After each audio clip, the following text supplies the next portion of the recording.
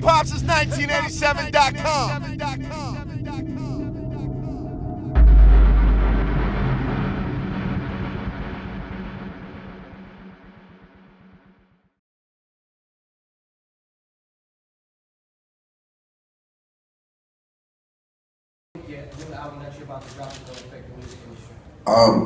Two things. It already dropped, and dropped 2 weeks ago. I mean, it ain't about. It wasn't an album for the hip hop community. It was more an album for the culture. You know, I figured I'd restore some of the integrity back in the game. When I grew up and listened to music, it was all about integrity. It was all about what you stood for. I just figured some way down the line that changed a little bit. So it's just like, for me being the big homie, I just wanted to restore some of that. So it's like a conversation with, you know, my cultures, so to speak, more than the music industry. If that makes sense to you, for sure. What's that number? Robbie Collins, CBS. Being from Atlanta, getting a chance to perform with the Hawks here. What's that feel like for you, and kind of being a guy that was a Hawks fan and growing up here? I mean, other than getting off an excruciating tour schedule, I mean, it's great, man. That's something I'm very proud of. I'm proud of my city. You know what I'm saying? I'm proud of the people in it.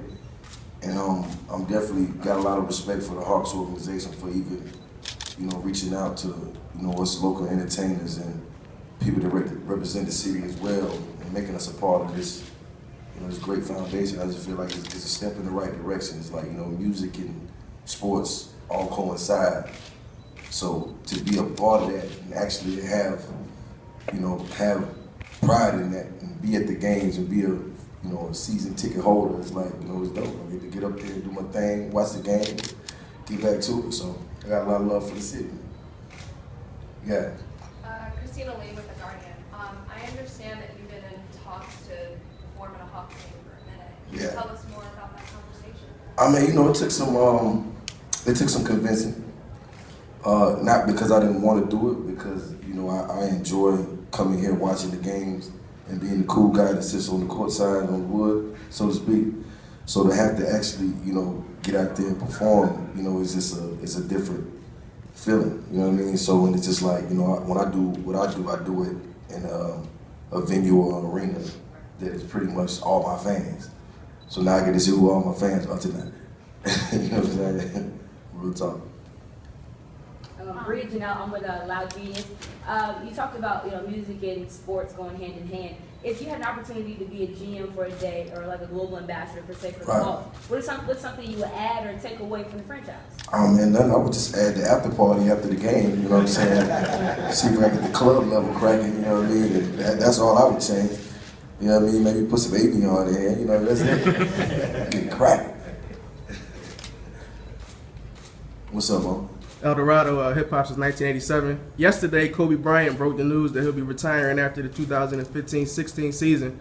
They'll be here Friday. What were your thoughts on Kobe's retirement announcement?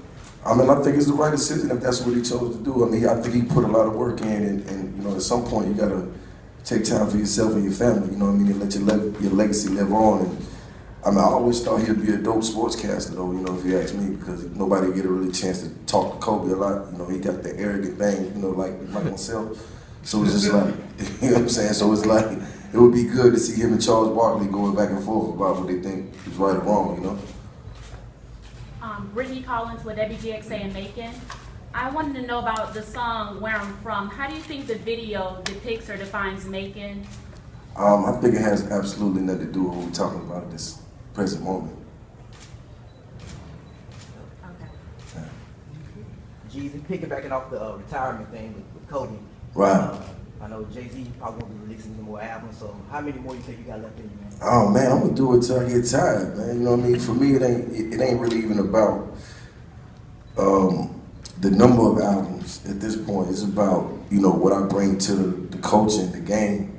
And when I think that's no longer needed, then, you know, I'm a pretty good looking guy, man. I can go do some acting and, you know, there's a couple things I can go do, so I ain't really tripping. But to me, it's just, you know, I just feel like it's a responsibility thing at this point. You know what I'm saying? And when it doesn't feel like a responsibility no more, and I feel like the torch can be passed on quite sure like Jay did it.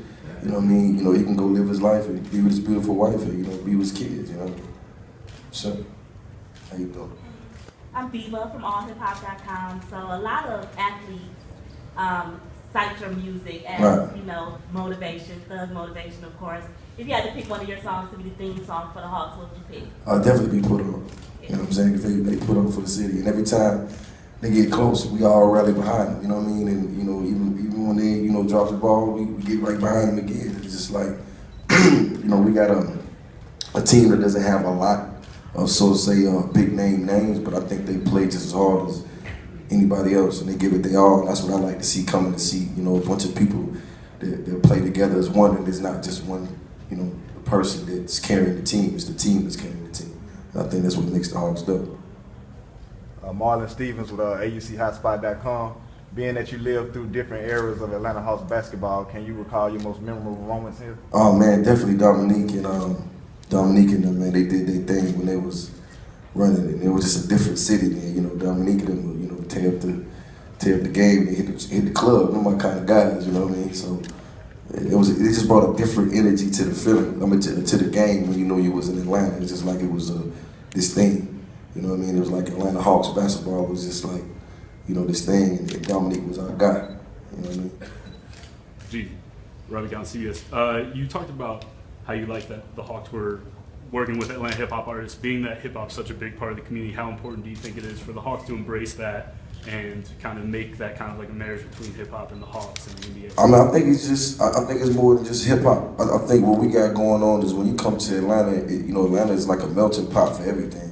So it's just like when you bring it all together, I don't even think it's just about, you know, us as hip hop artists and them as athletes. I think it's about the city, the people in it. You know, when they come in, they're tailgating.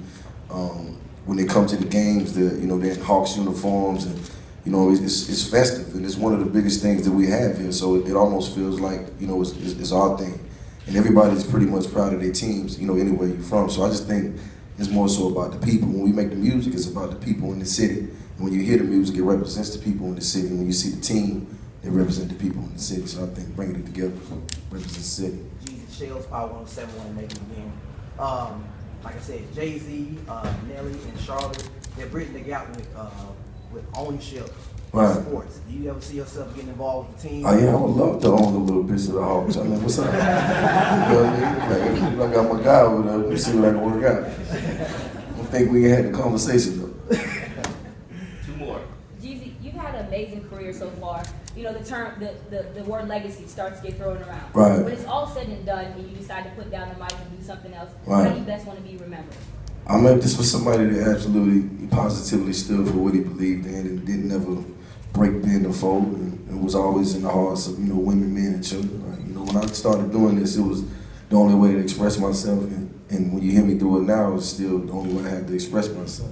And that's something that God gave me, and it's something I take seriously. So, like, to me, it's just bigger than, you know, being, you know, a rapper or somebody who was, you know, doing music. You know what I mean? It's like, you know, you think of the Otis Reddings and those type of people, and what kind of, you know, things they left to the game. You know what I mean? They left soul, and I want to be remembered for that, like leaving soul and originality and the rawness and the, you know, the real. Yeah, the Atlanta Hawks broke records last year. The win Right. levels they never done before. Same with you. How would you compare your career or compare your style to the Atlanta Hawks? Oh man, easily, man. You got, like I said, I was just a kid off the block that played hard, and I got to play on the, you know, the best field and the best, you know, just the best team with anybody. I rock with everybody from Jay-Z to, you know, Dr. Dre to you name it. So, you know, I look at myself just like, you know, an Atlanta Hawk. You know, I mean, we go hard. They played on the court with, you know, the best, you know, Kobe, LeBron, and they played with them guys as if, you know, they outside at the basketball court or something. They gave it their all. That's how I see the same thing with myself. Last one from right here. Okay. A year ago, the Hawks dealt with some controversy regarding what the owner said about his fans. Right. Somebody who has watched the Hawks for several years, do you feel like the Hawks have down since then? Absolutely. I mean, just, you know, I'm not very familiar with the situation, but I just tell you as a representative of the city and as a resident that, you know, we you know, life goes on. We continue to play ball and make music, and, you know, it didn't really stop me. So I definitely think we rebounded. We back stronger than ever. You see my shirt, right? The game. HipHopsince1987.com.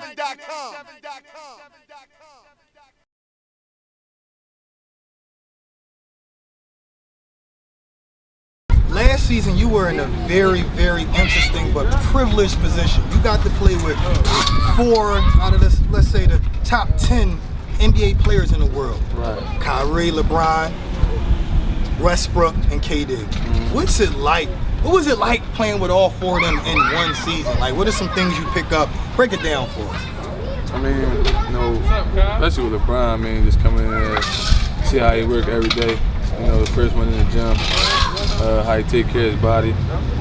That's why I was actually being around. You know, we go out to eat, things like that.